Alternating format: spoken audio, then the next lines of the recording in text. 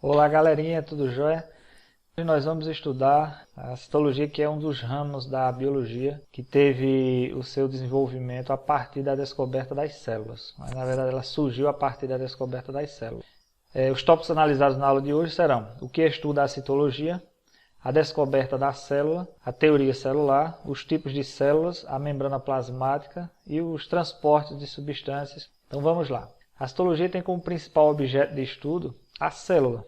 Então a citologia ela vai estudar a sua morfologia, como também a sua fisiologia. E aí nós vamos nos debruçar na aula de hoje, estudando principalmente a morfologia celular e um pouco da história de quem a descobriu, dentre outros aspectos, ok? Vamos lá. Bom, esse camaradinho que vocês estão vendo aqui, a cabeleira bem legal, ele é Robert Hooke, que viveu entre os anos de 1635 a 1703. Robert Hooke ele é considerado o pai da citologia, pois foi ele que descobriu a célula. Ele fez um registro das primeiras células. A gente vai falar um pouquinho para vocês sobre isso. Então, Robert Hooke ele era um inglês. Na verdade, ele não era biólogo, os estudos dele eram mais voltados para a física e para a química. Mas ele conseguiu visualizar estruturas que pareciam com células, daí vem o nome células, utilizando esse microscópio simples. E ele utilizou esse microscópio aqui para poder visualizar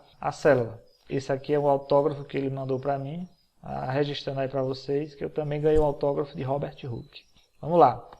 Observem o que Robert Hooke pôde visualizar naquela época. Robert Hooke utilizou um material que é conhecido por cortiça. Mas o que vem a ser cortiça? Cortiça nada mais é do que a casca dos vegetais. Ela, por exemplo, é utilizada para a fabricação de rolhas, que são utilizadas em garrafas de vinho, por exemplo. Então, as primeiras observações da célula foram essas que vocês veem aqui nessa imagem. A imagem aqui foi o que Robert Hooke pôde observar quando ele utilizou o microscópio. Se vocês observarem direitinho, existem pequenos buracos aqui. Na verdade, o que Robert Hooke observou naquela época não eram exatamente células, porque já que isso aqui é uma estrutura vegetal, e as células vegetais elas apresentam parede celular, e esse tecido observado por ele é um tecido morto. Então aqui não existiam mais estruturas celulares. No caso, não existiam mais organelas celulares, nem membrana plasmática, nem núcleo, nada. Porém, essas estruturas meio retangulares aqui que vocês observam, tá, são nada mais, nada menos do que a parede celular, que foi observada por ele. Então esses retângulos, ele assemelhou a salas, né, pequenas saletas onde os monges viviam, e daí vem o nome célula. Então, é atribuído a Robert Hooke o título de ser o pai da citologia. Bom, após a descoberta de Robert Hooke, novos estudiosos deram sequência às observações e chegaram a algumas conclusões. Dentre essas, nós vamos falar aqui sobre a teoria celular. Então, a teoria celular, que nós vamos visualizar agora, ela diz o seguinte: todo ser vivo ele é formado por célula. Quem primeiro fez esse comentário foi Scheider e Theodor Schwann. Eles disseram que todos os seres vivos são formados por células. Um segundo pesquisador, Rudolf Virchow, disse o seguinte, que toda célula ela origina-se de outra célula. Nós temos aí duas propostas, que todo ser vivo é formado por célula e que toda célula se origina a partir de outra célula pré-existente. Mas de onde teria vindo a primeira célula para dar origem a todas as outras? Nós iremos ter uma aula posteriormente falando sobre a origem da vida e a gente vai detalhar melhor isso, ok? Outro detalhe também é a questão dos vírus. E os vírus são ou não são considerados seres vivos? Eles não têm composição celular. Perante a teoria celular, os vírus eles não são seres vivos.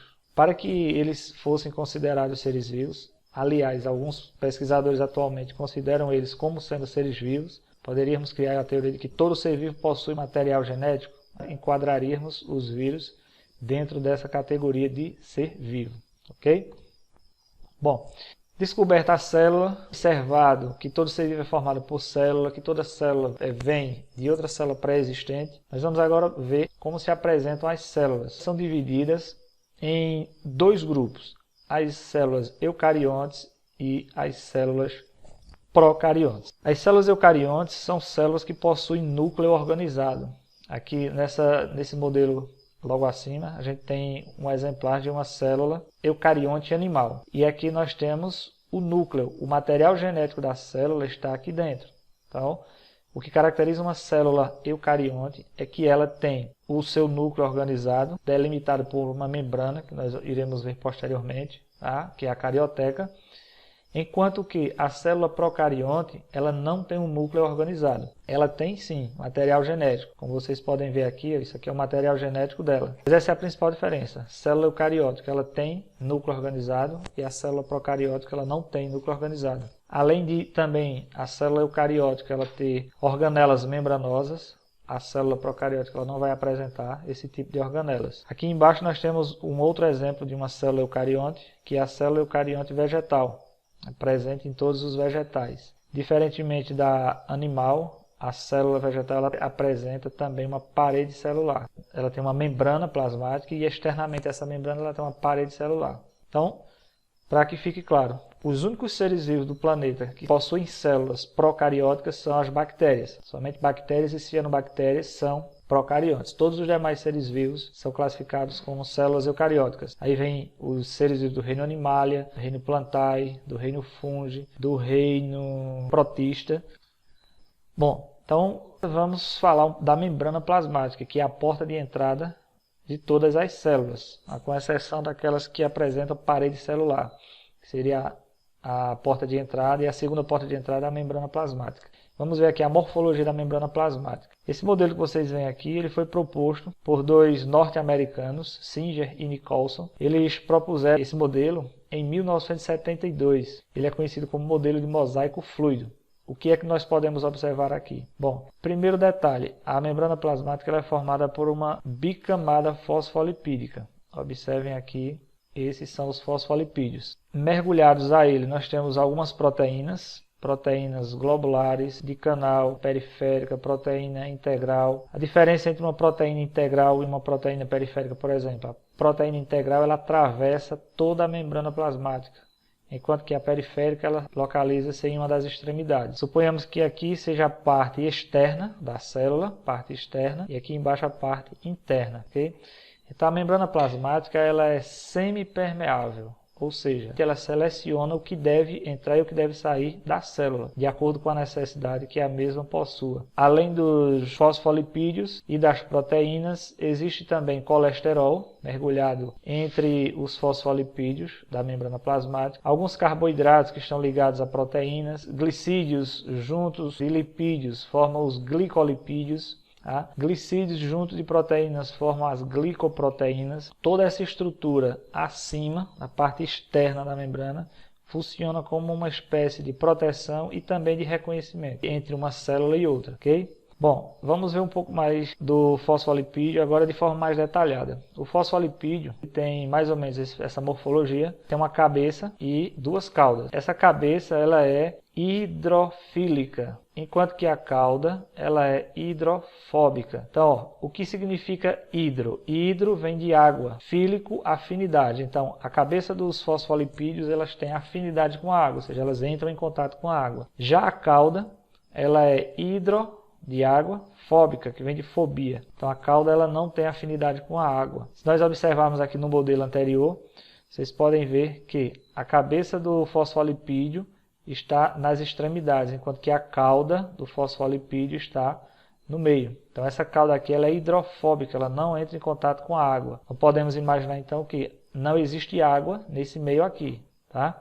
A água ela ou está aqui na parte interna ou ela vai estar na parte externa da membrana. Então, essa daí é a morfologia característica do fosfolipídio. Transporte entre a membrana plasmática. Então, nós vimos aí a morfologia da membrana plasmática, mas é ela que permite a entrada e a saída de substâncias na célula. Toda substância que vai entrar ou sair da célula tem que passar pela membrana plasmática. Existem basicamente três tipos de processos. Processos passivos, ativos e mediados por vesícula. A diferença principal, o processo passivo é aquele em que não há gasto de energia. Então a célula não precisa gastar energia para realizar esses tipos de processos. Já o processo ativo, a célula necessita gastar energia para que a substância entre ou saia. E os mediados por vesícula, ela não vai gastar energia, porém ela vai ter a ajuda da sua membrana plasmática. Nós vamos ver detalhadamente cada um desses passos. A difusão simples faz parte do processo passivo, ou seja, não gasta energia. A difusão facilitada também é um processo passivo. E a osmose. Difusão simples e difusão facilitada é a passagem do soluto do meio mais concentrado para o meio menos concentrado, ou seja, o soluto ele sempre se desloca de um meio onde existe uma concentração maior dele para um meio onde existe uma concentração menor. Já a osmose é a passagem da água, das substâncias líquidas. Um exemplo de transporte ativo é a bomba de sódio e potássio. Essa bomba de sódio e potássio está ocorrendo, por exemplo, agora, aí nos seus neurônios, nos meus também, para que ocorra a transmissão do impulso elétrico. Para que esse impulso elétrico seja transmitido, tem que ocorrer uma despolarização da membrana plasmática, no caso da membrana dos axônios do neurônio. E essa despolarização ela ocorre devido a essa bomba de sódio e potássio. E as mediadas por vesículas, que é conhecido como endocitose. A endocitose é o ato da célula englobar alguma coisa. Se a célula englobar uma partícula sólida, nós chamamos de fagocitose. Fago significa comer. E se ela englobar uma partícula líquida, nós chamamos de pinocitose. Pino significa beber. Ok? Com relação ao transporte de substâncias, vamos ver uma animaçãozinha que tenho aqui para vocês, para ficar mais claro, ok? Aqui ao lado nós podemos observar algumas substâncias que estão vindo do meio extracelular para o meio intracelular. Vou mostrar uma animação aqui para vocês. Nesta animação nós temos aqui a difusão simples, temos a difusão facilitada e temos o transporte ativo de uma forma mais generalizada. Vamos ver agora como que isso ocorre. Bom, nós estamos aqui com uma animaçãozinha para facilitar o entendimento de vocês. Aqui eu tenho os fosfolipídios, a cabecinha do fosfolipídio, a cauda, aqui embaixo a cabecinha do fosfolipídio e a cauda. Vejo que eles estão dançando uma coreografia bem legal ali, muito louca. Aqui eu tenho a proteína, a representação de uma proteína. Vamos inicialmente ver como ocorre a difusão simples. Bom, a difusão simples ela acontece, como vocês podem perceber. Isso aqui representa o soluto.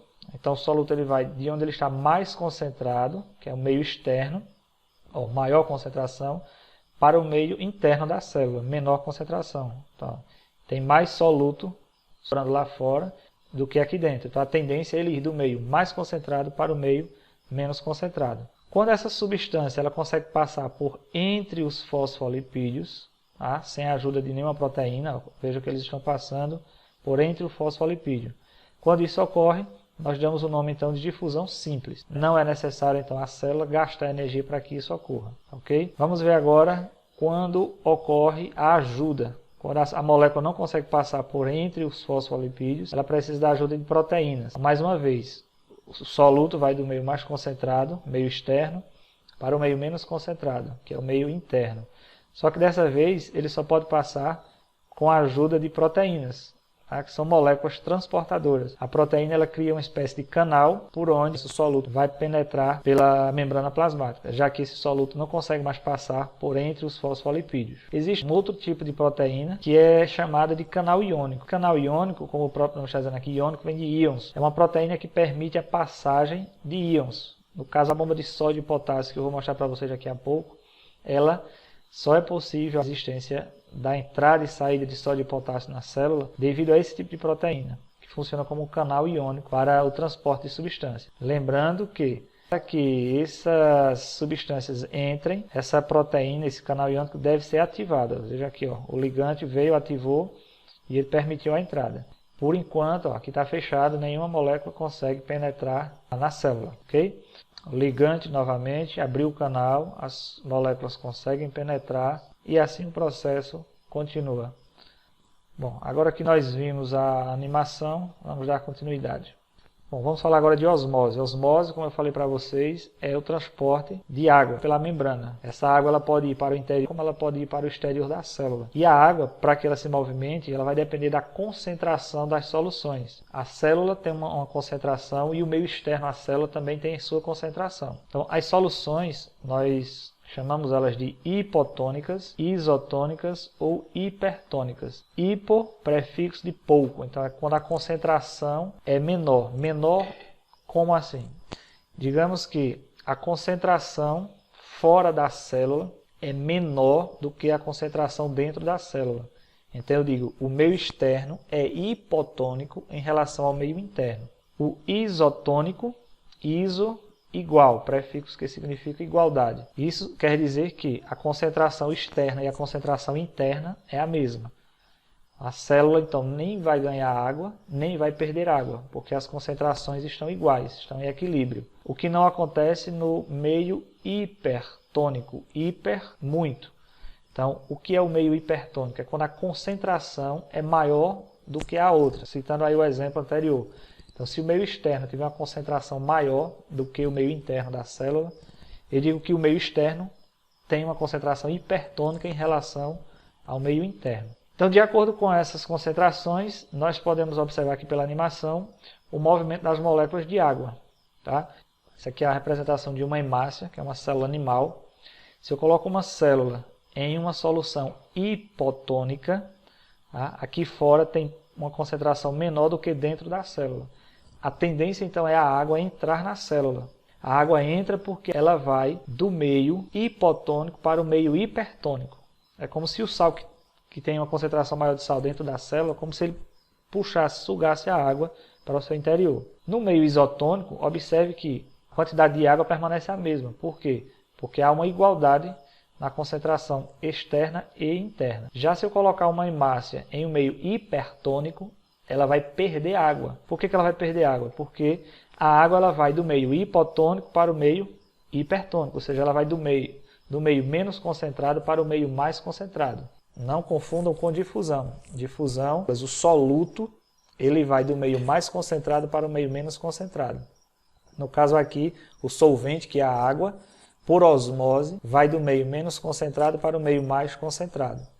Então, resumindo, se eu coloco uma célula animal em um meio hipotônico, a água entra nessa célula até que ela estoure. Se eu coloco ela no meio isotônico, nada acontecerá com o volume dela. Se eu coloco no meio hipertônico, a célula irá perder água para esse meio e vai murchar. Um exemplo prático do dia a dia é quando nós colocamos sal no alface. Por exemplo, vai preparar uma salada, coloca o sal no alface. Se você deixar aquele alface por algumas horas, você vai perceber que a folha do alface murcha. Ela vai murchar por quê? Porque você colocou ela em um meio hipertônico. Então a tendência é a água sair da célula. Antigamente se fazia muita carne de sol. Ainda hoje tem carne de sol, mas antigamente as pessoas não tinham geladeira, não tinham como acondicionar a carne para ela não apodrecer. O que era que a galera fazia? Colocava sal, muito sal na carne. Esse sal desidratava as bactérias, os micro-organismos ali que iriam causar a decomposição da carne, morriam. As bactérias, por exemplo. Tá? As bactérias perdiam líquido por osmose e conservavam a carne por mais tempo. Já na célula vegetal, nós vamos ter as mesmas situações, porém com uma pequena diferença. A célula vegetal ela nem vai estourar e ela nem vai murchar. Por quê? Porque a célula vegetal ela tem a parede celular, como eu falei para vocês anteriormente. E a parede celular ela é rígida.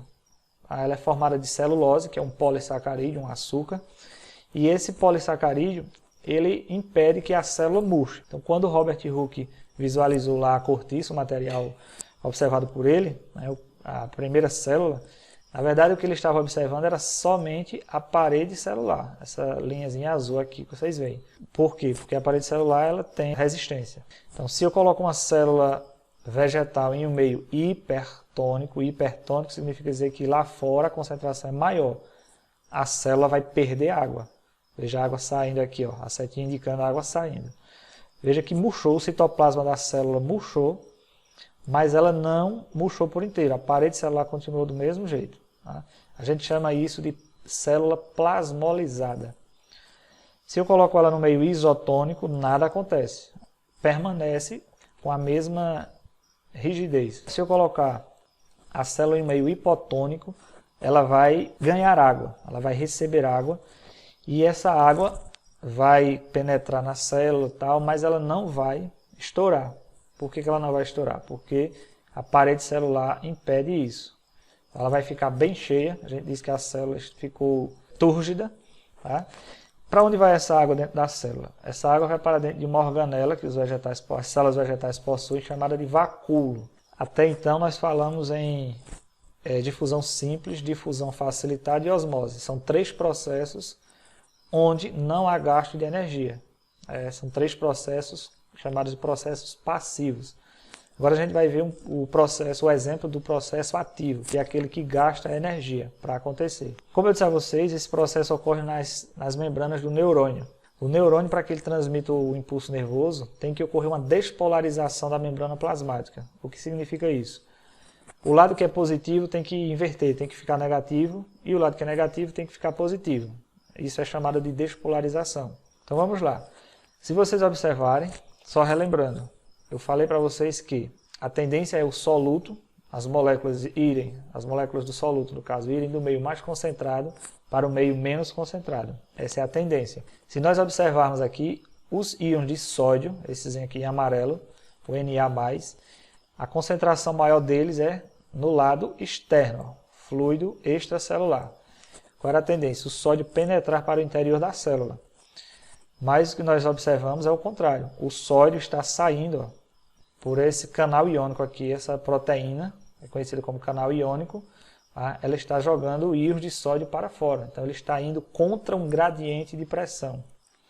Lá no exemplo anterior, quando o soluto vai do meio mais concentrado para o meio menos concentrado, a gente diz que ele está indo a favor de um gradiente de pressão, que é do meio mais concentrado para o menos concentrado. Nesse caso aqui não, nesse caso ele está indo contra um gradiente de pressão, ou seja, já tem muito sódio lá fora e a célula está empurrando mais moléculas de sódio para lá. Para isso acontecer, há necessidade de energia. E de onde vem essa energia? Desse ATP, deixa ele voltar aqui novamente,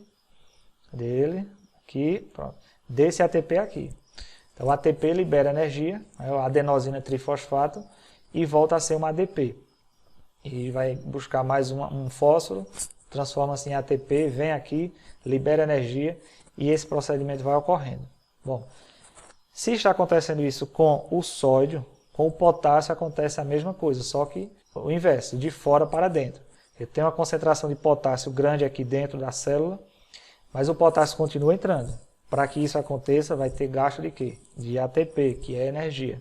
Por isso que a gente diz que isso aqui é um tipo de transporte ativo, onde ocorre gasto de energia. Beleza? E por último, as substâncias podem entrar também na célula por um processo chamado de endocitose. A endocitose é o ato da célula englobar partículas. Pode ser uma partícula sólida e pode ser uma partícula líquida. A célula englobando uma partícula, nós damos o nome de endocitose. Bom, então nós temos a endocitose, que é o ato da célula englobar a partícula, e temos a exocitose, que é o ato da célula eliminar aquilo que não serve mais para ela. Nós damos o nome de fora, citose de célula. Tá? Então a endocitose é o ato da célula englobar uma partícula. Se ela englobar uma partícula sólida, nós damos o nome de fagocitose. Fago significa comer. Se ela englobar uma partícula líquida, nós damos o nome de pinocitose.